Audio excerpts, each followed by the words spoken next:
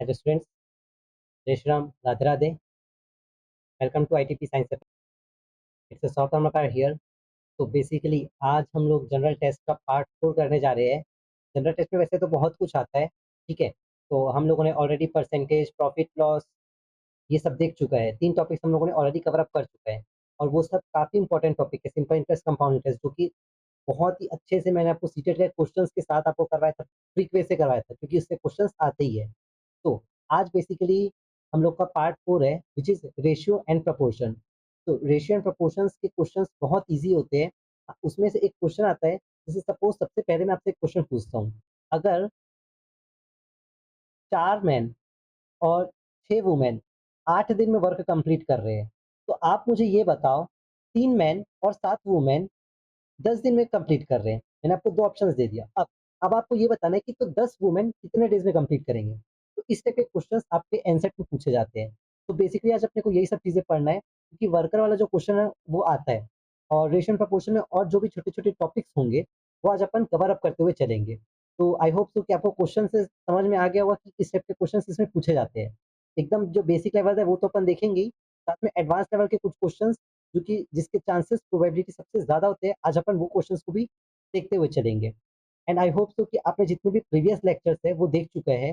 And साथ में मुझे ऐसा लगता है कि बहुत सारे स्टूडेंट्स बहुत लेट में इस सब सेशंस को देखेंगे, क्योंकि जो ये हमारा वीडियो है वो बहुत लोगों तक नहीं पहुंच पाता। बट आई होप कि जिनके पास पहुंचता है वो बहुत ही ज़्यादा एंजॉय करते हैं, क्योंकि उनको कंटेंट बहुत ही प्रिसाइज़ वे में डिलीवर होता है। And we are working very hard for you, ठीक है? तो आपको भी हमारे लिए हार्ड वर्क करते रहना है और हम हमारे लिए अपने तरफ से पूरा कोशिश कर रहे हैं कि हम वो सब क्वेश्चंस पूरे प्रैक्टिस कराएँ, वो सब थ्योरी पूरे कवर अप करवाएँ, ताकि आप जब एग्ज़ाम में बैठो, तो आपको ये रिग्रेट ना हो कि हमने ये चीज़ पढ़ा नहीं। तो उस चीज़ के लिए हम लोग काफ़ी ज़्यादा हद तक मेहनत कर रहे हैं, ठीक है? और बात रही डोमेन सब्जेक्ट की, तो डोमेन सब्जेक्ट की अगर आप बोलोगे तो हम वो भी करवा देंगे।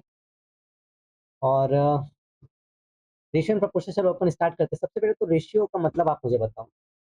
रेशियो मतलब बेसिकली होता क्या है? किसी भी 2 रेशियो किसी भी 2 चीज़ों को कंपेयर करना, उस चीज़ को अपन बोलते हैं रेशियो, इज़न्ट इट? तो ये था रेशियो का मतलब। तो लेट्स सी। हाँ, बेसिकली आज अपने को जो टॉपिक्स देखने हैं वो रेशियो सिम्प्लिफिकेशन है, ठीक है? रेशियो सिम्प्लिफिकेशन, मिसिंग वैल्यू कैसे फाइंड करना है, ratio from sum, ratio for difference. Difference के क्वेश्चंस आने के चांसेस ज़्यादा होते हैं और इनवर्स प्रोपोर्शन के, ठीक है? तो आज अपन बेसिकली ये 7 टॉपिक्स है जो अपने को कवर अप करना है और बहुत ही सिंपल रहेगा एज़ कम्पेयर टू जो 4 टॉपिक्स जो निकल चुके हैं, ठीक है? तो रेशियो, रेशियो मीन्स होता है comparison of 2 quantities of the same kind. तो जैसे कि मैंने आपको ऑलरेडी ये चीज़ बता चुका है, रेशियो मीन्स क्या होता है? कंपैरिज़न करना। 2 चीज़ों का कंपेयर करना इज़ कॉल्ड एज़ रेशियो, ठीक है? नाउ एग्ज़ाम्पल है, जैसे 10 एप्पल और 5 एप्पल है, तो उनका रेशियो क्या बनेगा? 2:1। हमेशा सिम्प्लीफाई, अगर मैं कुछ क्वेश्चंस दूँगा, अभी जिसमें इसमें जो क्वेश्चन दिया वो बहुत ही सिंपल है, मैं आपको कुछ अलग सा क्वेश्चन दूँगा, आप उसको मुझे आई होप सो कि आपको एचएमएचएफ निकालना आता है, ठीक है? तो रेशियो को अपन अनुपात बोलते हैं, तो सबसे पहला ट्रिक इसका यही होगा कि जभी भी आपको रेशियो निकालना होगा, तो हमेशा सबसे पहले उसको एचसीएफ में कन्वर्ट करना, ठीक है? जैसे कुछ क्वेश्चंस अपन देखते हैं। सपोज़ एग्ज़ाम्पल है आपका, सिम्प्लीफाई करना है 18:27 का, ठीक है? 18:27 को अपने को सिम्प्लीफाई करना है। तो अपन क्या करेंगे, सबसे पहले एचसीएफ निकालेंगे 18 और 27 का। निकालो। तो यार देखो, 18:27 का, तो जैसे अपन 18 का एलसीएम वगैरह निकालते हैं वैसे ही, तो 18 को अपन कैसे लिखेंगे? 18 को ऐसे लिखेंगे ना, 2 9 ज़ा 18, 3 3 ज़ा 9, 3 1 ज़ा 3। तो आई होप आपको ये वाला मेथड आपने ऑलरेडी करा होगा, तो मैं इतना डिटेल में नहीं बताऊँगा। सिर्फ आप इसका वैल्यू देख लो। 18 का वैल्यू क्या है? 2 3 3, 27 का 3 3। अब हाईएस्ट कॉमन फैक्टर निकालने बोला था। तो हाईएस्ट कॉमन फैक्टर इसका कितना निकल गया? कॉमन फैक्टर कौन सा है? 3 बस है ना?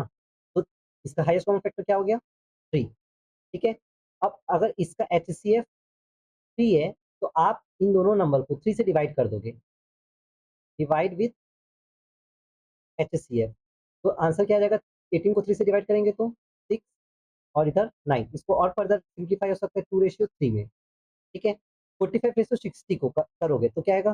तो देखो 45:60 का निकालना है, तो 45 का हो गया 3 × 3 × 5, ठीक है? 3 3 9, 9 5 45, और 60 का 2 इंटू 2 इंटू 3 इंटू 5। अब कॉमन कौन-कौन सा हो गया? 3 और 5 कॉमन दिख रहा है, ठीक है?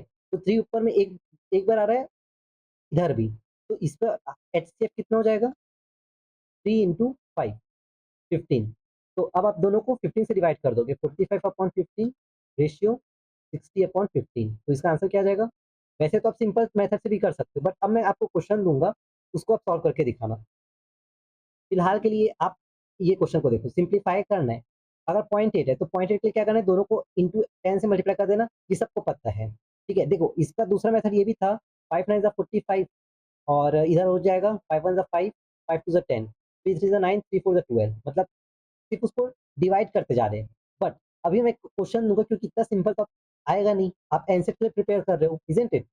तो मैं आपको एक क्वेश्चन दे रहा हूँ, ये एडवांस इसलिए लिखा है क्योंकि एडवांस में बस आपको यही है कि अगर पॉइंट वाला दिया गया है तो पॉइंट में आप इंटू 10 कर दोगे, बस। बाकी सब कुछ सेम है। क्लियर है? चलिए, फिलहाल तो वो क्वेश्चन मेरे को मिल नहीं रहा है, बट सामने और भी टफ टफ क्वेश्चंस रहेंगे तो मैं उसके लिए आपको अलग से क्वेश्चन बताऊंगा। ठीक है, क्योंकि रेशियो के चांसेस इतने मतलब बहुत नेग्लिजिबल होते हैं, प्रोपोर्शन से क्वेश्चन ज़्यादा आते हैं। ठीक है, तो आपको ये चीज़ें समझ में आ गई। सबसे पहले आपको क्या करना है? एचसीएफ निकालना है। एचसीएफ निकालने के बाद जो भी है उससे डिवाइड कर देना है। ठीक है, ट्रिक क्या था? First find HCF, then divide HCF with respect to given number. ठीक है, ये इसका ट्रिक है। We are moving to the next section which is proportion. Proportion मतलब होता है समानुपात। ठीक है, समानुपात में अगर दोनों रेशियो अगर इक्वल होते हैं तो वो प्रपोर्शन का फॉर्मेशन करते हैं। ठीक है, समानुपात मतलब समान, मतलब इक्वल। ठीक है, दोनों रेशियो अगर इक्वल होते हैं तो उसको प्रपोर्शन बोला जाता है। और देखो इसमें क्या होता है, मैं आपको कुछ कुछ और एक्स्ट्रा ट्रिक बता दूंगा जो कि अक्सर जगह काम आ सकता है, स्पेशली सीटेट वगैरह के लिए। ठीक है, और वैसे भी अगर आप इन सब चीज़ों को पढ़ोगे ना तब तो ये वन टाइम इन्वेस्टमेंट है। अभी आप पढ़ोगे, फिर आप 4 साल बाद जब आप कोर्स कर दोगे, फिर आपको सीटेट का पेपर देना पड़ेगा। तो उस टाइम अगर ये सब नोट्स आपके पास ऑलरेडी रहेगा, तो आपको उस टाइम बहुत ज़्यादा बेनिफिशियल हो जाएगा। आपको सिर्फ उस टाइम क्वेश्चन प्रैक्टिस ये सब में ज़्यादा फोकस करना पड़ेगा। तो वन टाइम इन्वेस्टमेंट है, एक ही बार में मेहनत करो, है ना? तो 2:3 है, इंटू इसका डबल करेंगे तो क्या हो जाएगा? 4, 3 का डबल 6। ठीक है, तो A upon B is equal to C upon D होता है। या तो इसको अपन और कैसे लिख सकते हैं? A D is equal to B into C. ठीक है, क्रॉस मल्टीप्लीकेशन मेथड सबको पता होता है। तो इसका ट्रिक क्या है? अगर अपने को कोई भी मिसिंग नंबर फाइंड आउट करना होता है तो अपन डायगोनल नंबर को मल्टीप्लाई करते हैं। ये बहुत ही सिंपल सा कॉन्सेप्ट है। जैसे सपोज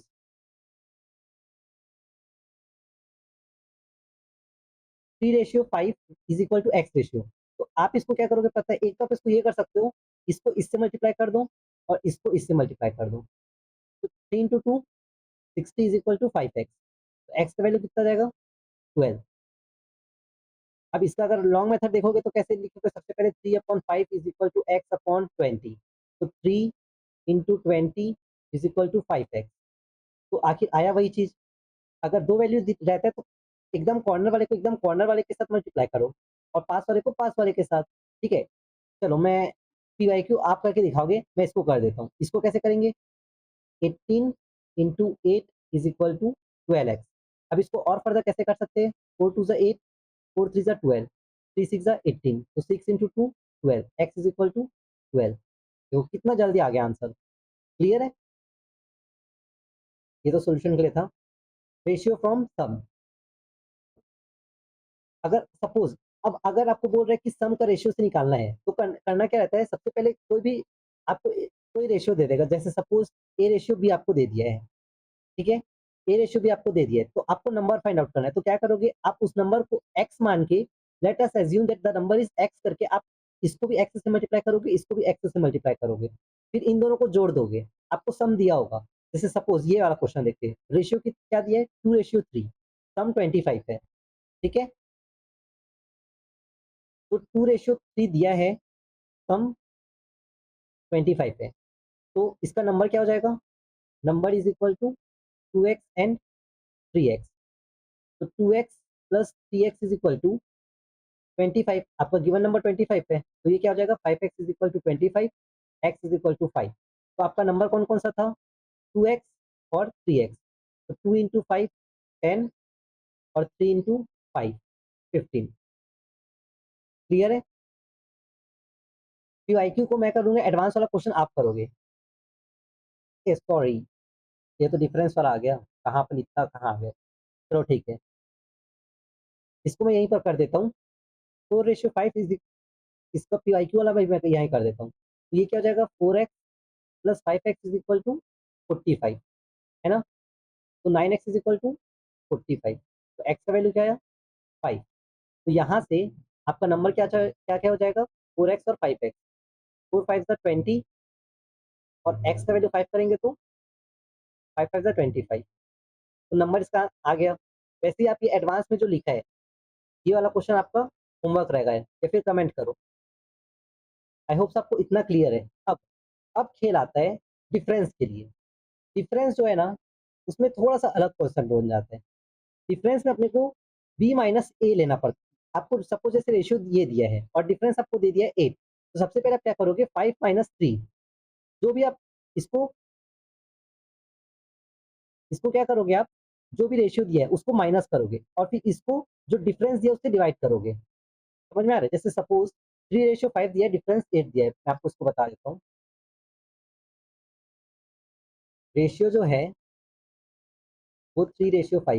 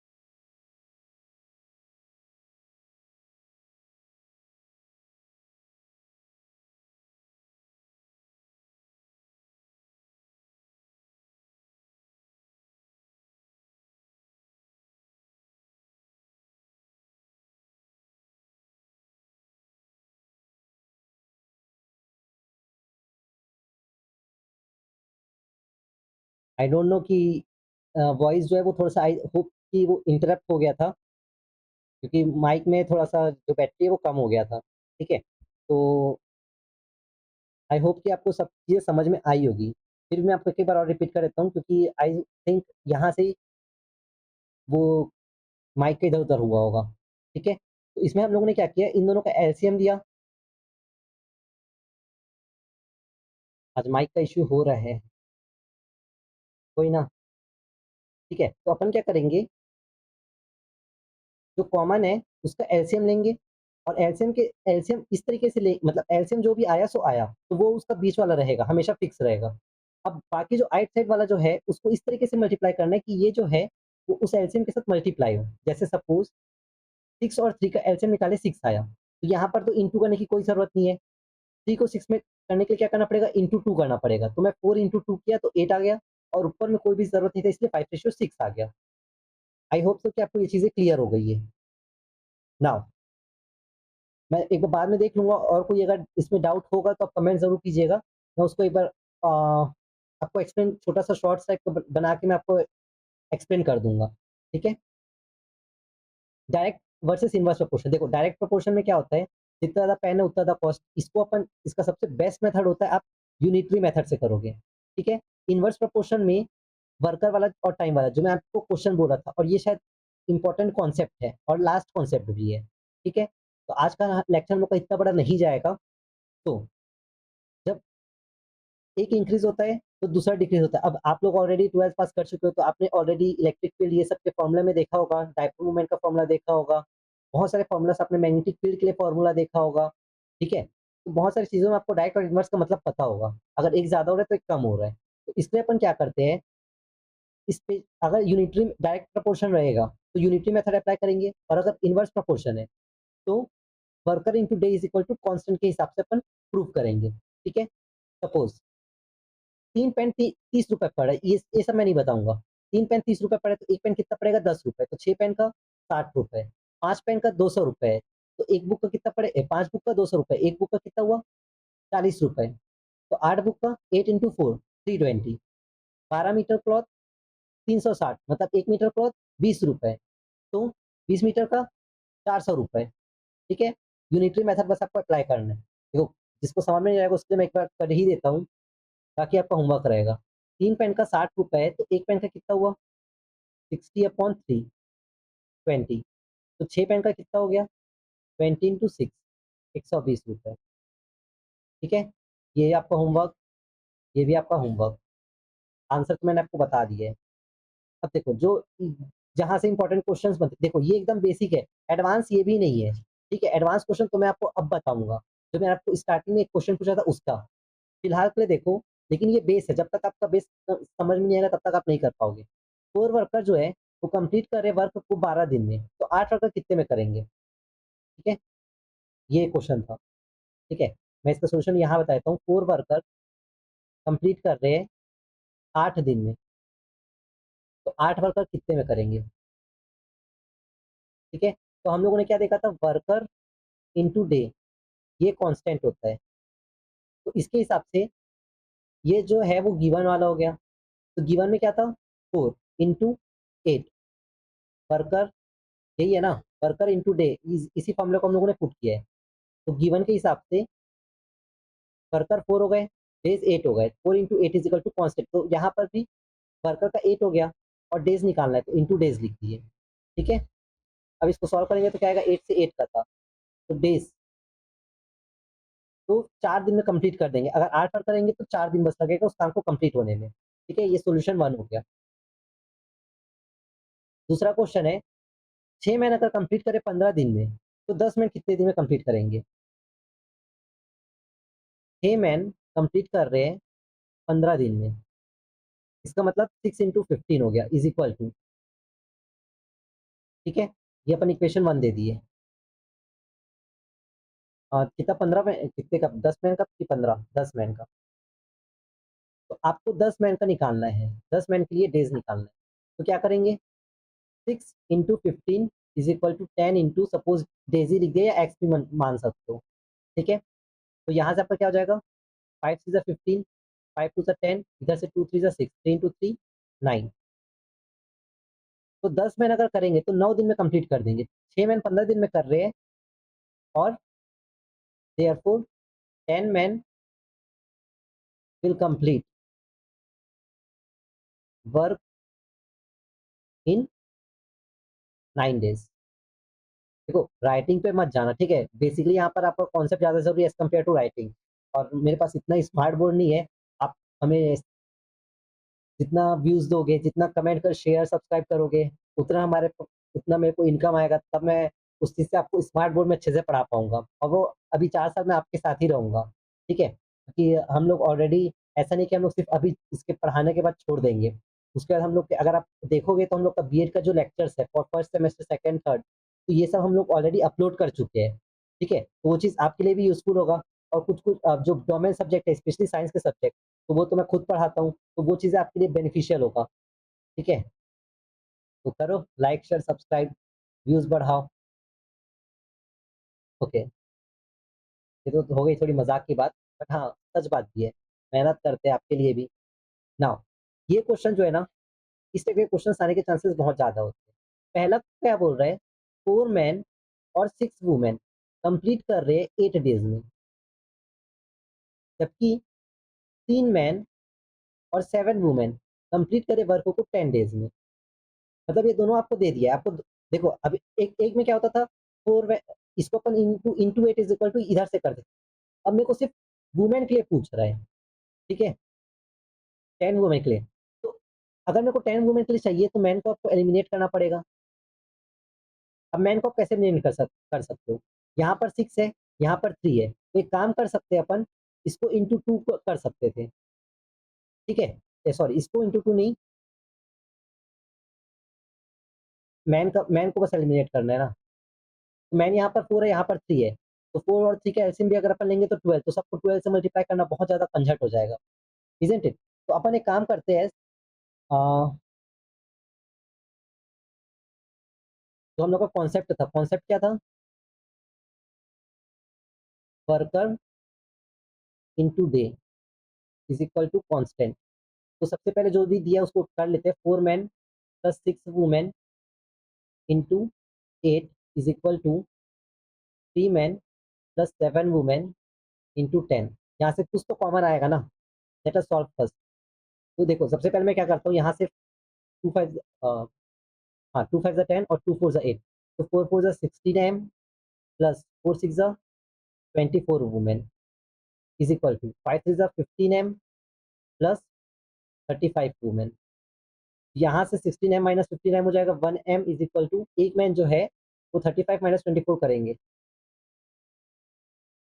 तो एक मैन जो है वो 11 वुमेन के बराबर वर्क कर सकता है, ठीक है? अब क्या करेंगे, अब मेरे को रेशियो पता चल गया मैन अपॉन वुमेन का, है ना?